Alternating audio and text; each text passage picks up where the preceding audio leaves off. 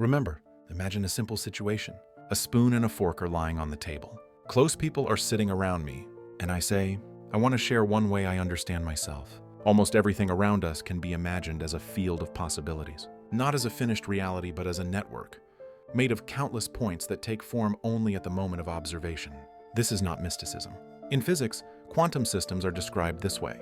Before observation, they exist in superposition. Now comes an important step.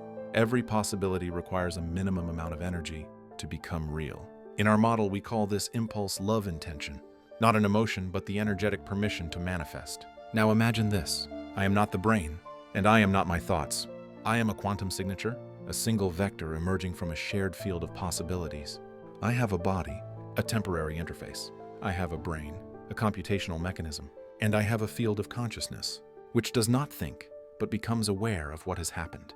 Here we encounter a paradox that science confirms. Experiments show that the brain makes a decision before a person becomes aware of having made it. So when I think, I will take the spoon or the fork, the decision has already occurred. Consciousness receives the processed result, not the moment of choice itself. I lift the fork and honestly realize I do not know why I chose it. This is not a failure. It is how the system works. Consciousness does not directly control.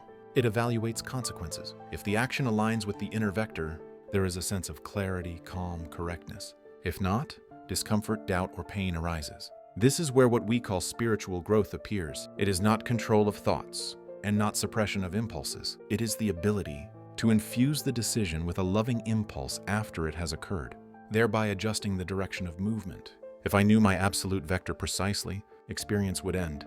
Matter would lose its purpose. That is why the vector is hidden, and the path back to it passes through free will, mistakes, and lived experience.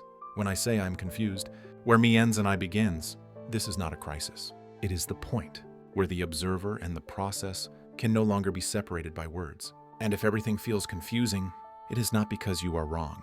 It is because you have stopped reducing reality to simple, convenient explanations.